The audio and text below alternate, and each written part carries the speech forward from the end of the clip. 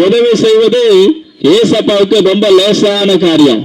நமக்கு சின்ன பிரச்சனை மலை போல இருக்கலாம், ஒரு சின்ன பிரச்சனை மலை போல தோன்றலாம்.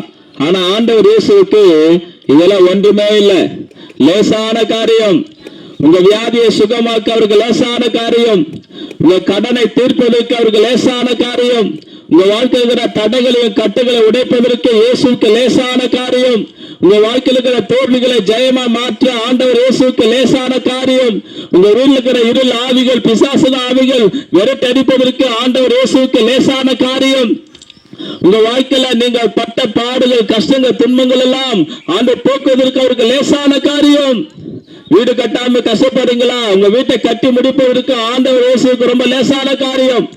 உங்க பிள்ளைகளுக்கு திருமண வாழ்க்கை தடையா இருக்கா? உங்க பிள்ளைகளுக்கு எல்லாம் நல்ல திருமண வாழ்க்கை கொடுத்து ஆசீர்வதிப்பதற்கு அவருக்கு லேசான காரியம். ஏசப்பாவுக்கு எல்லாம் ரொம்ப ரொம்ப லேசான காரியம். அவர் சர்வ வல்லமுள்ள தேவன், வானத்தை பூமி அண்ட சராசரிகளை படைத்த ஆண்டவர். அவருக்கு எல்லாம் லேசான காரியம். ஆகினால இந்த இயேசு கிறிஸ்துவை நீங்க நம்பும் போது, உங்கள் இருதயத்துல நம்பும் போது உங்களுக்கு ஒரு பெரிய விடுதலை கிடைக்கும், சந்தோஷம் கிடைக்கும். ஆண்டவர் சொல்றாரு, முதலாவது தேர்ந்த ராஜ்யத்தை நீதி தேடுங்கள், அப்போதெல்லாம் கூட கொடுக்கப்படும்.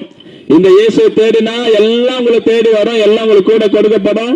நீங்க எதெல்லாம் ஏந்தீங்களோ அதெல்லாம் இயேசப்பா தருவார். உங்களுக்காக நான் சுபிக்கிறேன். பரலோக பிதாவே, இந்த கிராமத்தை ஆசீர்வதியும், சிறுவர் வாலிபர் பெரியவர்கள் ஆசீர்வதியும். கிராமத்துல ரட்சிப்பு உண்டாகட்டும், மீட்பு உண்டாகட்டும். ஆண்டவரே, அப்போஸ்தலர் 8ஆம் அதிகாரத்துல அந்த பட்டணத்துல மிகுந்த சந்தோஷம் உண்டாயிற்று. இந்த கிராமத்துல மிகுந்த சந்தோஷமும் சமாதானமும் ஆசீர்வாதம் உண்டாகட்டும். யாரெல்லாம் கஷ்டப்படுறாங்களோ அவங்க கஷ்டத்துல தீர்த்தீராக. இந்த கிராமம் ரட்சிக்கப்பட்டு ஒரு வருகைக்கு ஆயத்தப்படுத்துங்க. இயேசு நாமத்தில் பிதாவே, ஆமென்.